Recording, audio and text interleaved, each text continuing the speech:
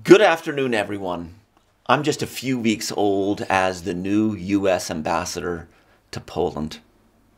I am thrilled that this event is one of my first public speaking engagements.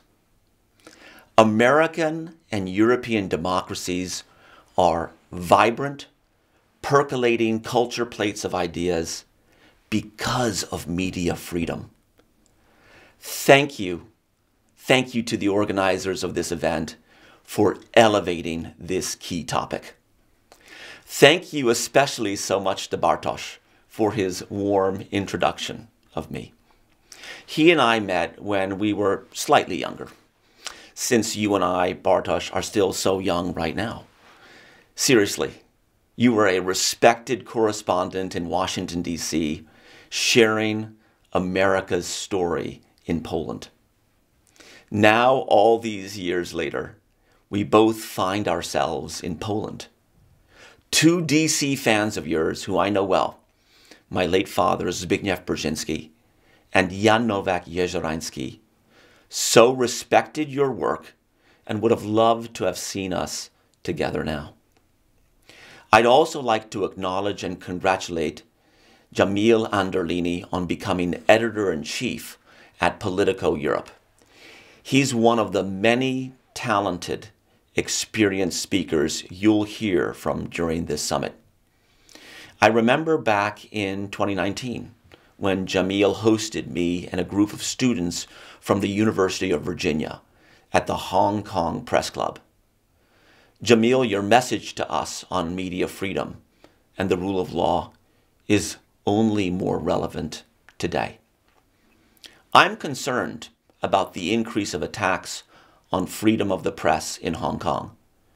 We must continue to urge authorities in Hong Kong and the People's Republic of China to respect free speech and to let journalists safely do their jobs. This topic will be part of a panel discussion that I'm really looking forward to. It's no secret that ideas, expression, and the truth are under attack around the globe. That attack takes many forms. Members of the media face violence, arbitrary detention, or worse. Baseless lawsuits designed to chill speech have skyrocketed. Digital threats like online and, quite frankly, direct harassment are the norm. Journalists are heroes for continuing to tell their stories against tremendous odds today. It takes courage. It takes guts. It's something that I've seen firsthand from my own sister, Mika Brzezinski. She's been a journalist for more than 40 years. She has faced intimidation. She's been bullied. And these days, that criticism comes at lightning fast speed. There are social media comments Mika has received that are so vile I can't even bring myself to read them out loud. But my sister Mika, a true warrior, has never let that deter her from telling stories that matter. Where did Mika get that bravado? Poland is one place I don't have to reach for the answer. It comes from my late father. I'm so proud my late father, Zbigniew Brzezinski, spoke truth to power for his entire career, for his ideas, and for his advocacy. He too was a true warrior. I remember the reaction to his call for ending U.S. involvement in Iraq. He was literally told, no, he was yelled at by friends and colleagues in Washington that since he was not born in the United States, but instead a naturalized citizen, that he had a special obligation to support the war in Iraq. But he wrote opinion pieces for the LA Times. He spoke to NPR. He went to Congress. He didn't stop talking about disengagement. And he taught his kids a valuable lesson to always keep fighting for the truth and for what you believe in. Of course, another hero I have to mention is investigative journalist Carl Bernstein. He's a regular guest on my sister's morning talk show, Morning Joe.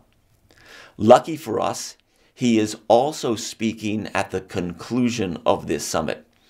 Nearly 50 years ago, Bernstein, alongside Bob Woodward, untangled the Watergate conspiracy that led to the resignation of President Richard Nixon in 1974. Carl won a Pulitzer Prize for his relentless efforts in the face of intimidation. And he's still at it too. Carl just released a new book, Chasing History, A Kid in the Newsroom.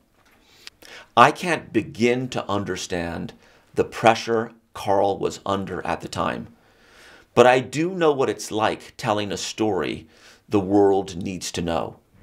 3 decades ago, when I was a Fulbright scholar in Poland, I wrote a book, The Struggle for Constitutionalism in Poland. I wrote it just after the fall of communism, and it examines the role of the rule of law in Poland's re-entry into European democracy. Freedom of expression and freedom of the press were an integral part of that struggle.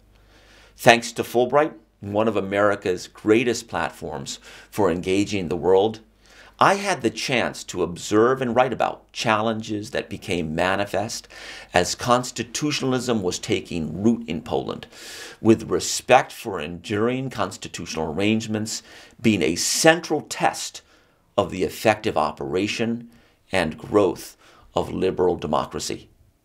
Fast forward 30 years. Today, in 2022, the discussion about press freedom in Poland continues. In the past several years, Poland's ranking in the Reporters Without Borders Press Freedom Index has dropped from 18th to 64th. Let me repeat that, 18th to 64th. That's not good, folks. Poland has worked for decades to foster a vibrant and free media. During the Solidarity era, Poland was identified around the world with the fight for freedom of expression.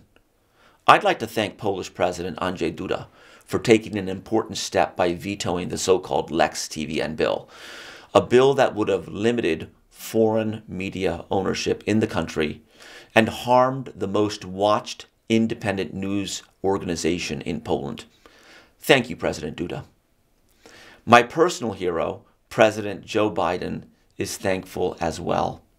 He recognizes the integral role a free press plays in building a prosperous, resilient, and free society because, and I quote President Biden, journalists uncover the truth, check the abuse of power, and demand transparency from those in power. They are indispensable to the functioning of democracy, as he put it. And right now I can't think of 2 places where this work is desperately needed more and where Poland is an important partner: Ukraine and Belarus. The buildup of Russian troops along Ukraine's borders made an already risky job for journalists even more difficult. The United States has been steadfast in working towards de-escalation. One way to do that is by helping to get the truth out there. Journalists, that's where you come in. Our colleagues at the U.S. Embassy in Ukraine have worked with local partners to organize press tours for international journalists to tell the stories that matter, the stories that the world needs to hear. Last month, 6 Polish journalists participated in the tour. Here's just some of what they uncovered.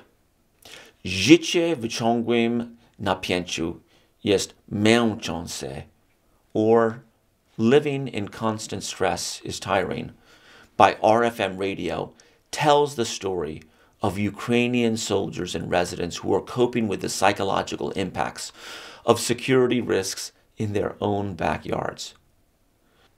Andrzej Zaucha of TVN went to the Donetsk region and followed the daily situation of the Ukrainian military and their positions just hundreds of meters from armed Russian-led separatists. And Piotr Andruszewski published articles in Gazeta Wyborcza focusing on the reactions of residents near the front lines in Milove, where up until 2014, practically no border existed. Their Russian neighbors were friends, were their hairdressers. That's all changed. Powerful. More of these tours are planned in the coming months. We will continue to arm journalists with the tools they need to tell their stories. I'm pleased to note that we are doing this in Belarus too, alongside the Polish government and others. I'm so proud to say the U.S. diplomatic mission in Poland is helping to support the work of several independent Belarusian media outlets. These organizations have had their headquarters in Poland for years due to Lukashenko's repression. They were forced to move most of their Belarus-based journalists and staff out of the country. This comes after the brutal crackdown on media freedom following the disputed Belarus presidential election in August of 2020. Under the Lukashenko regime, Belarus has become the most dangerous country in Europe for journalists. The Belarusian Association of Journalists and Vyasna, a human rights organization in Minsk, are tracking political prisoners held by the regime. They list 33 media members, with many others detained just for subscribing to or commenting on media. Nearly every day, new media outlets are being labeled as extremists. This war on independent media has to stop. Despite all of this oppression, Belarusian journalists haven't given up. That they still exist and can deliver truth to the people of their country is no small success. These journalists and the people they serve have hope that they will be able to return one day to a free and democratic Belarus. The United States stands firmly by their side. I'm proud that we have continued to work together with like-minded countries such as Poland to advocate for journalists who play such an integral role in the democratic process. You are in fact pillars that support the entire system and a prerequisite for the rule of law. It's all interconnected. This, of course, is an ever-evolving issue. The global debate about freedom of speech now includes the role of disinformation and misinformation spread by governments and non-governmental actors alike. There is no shortage of special interests, some with a malign intent, seeking to influence readers through manipulation of emotional reactions to controversial topics. The debate has expanded to include social media companies' central role as the seemingly unavoidable host for much of this communication. Some stand accused of censorship for enforcing their terms of service agreement when they identify what they see as misinformation and disinformation.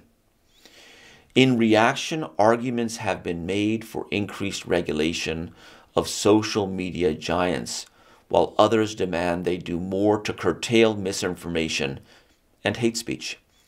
Some favor self-regulation by the companies and say it is not even clear whether governments need to be involved in the discussion about what private companies should or should not host or publish.